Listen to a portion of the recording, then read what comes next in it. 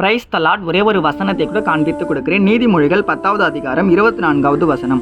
நீதிமான் விரும்புகிற காரியம் அவனுக்கு கொடுக்கப்படும். இன்னைக்கு ஆண்டவர் நம்மளை பார்த்து சொல்றாருங்க, மகனே மகளே, நீங்க விரும்புகிற காரியத்தை உங்க வாழ்க்கையில ஏசப்பா இன்னைக்கு செய்ய போறாரம்மா.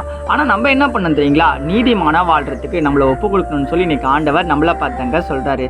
ஏசப்பா நம்ம விரும்புகிற எல்லா காரியத்தையும் நமக்காக செய்யறாரம்மா. நம்ம கல்யாணம் பண்ணி வைக்கிறாரம்மா, நம்ம கடன் பிரச்சனை அடைக்கிறாரம்மா, நம்ம திருமண காரியத்தில் நிறைய தடைகள் இருக்கு, கர்ப்பத்தின் கனியில நிறைய தடைகள் இருக்கு, நம்ம தொழிலில் முன்னேற முடியல, எல்லா காரியத்தில் நீங்க எதிர்பார்க்குற விருப்பங்கள் ஏக்கங்கள் எல்லாமே நடக்க போகுது.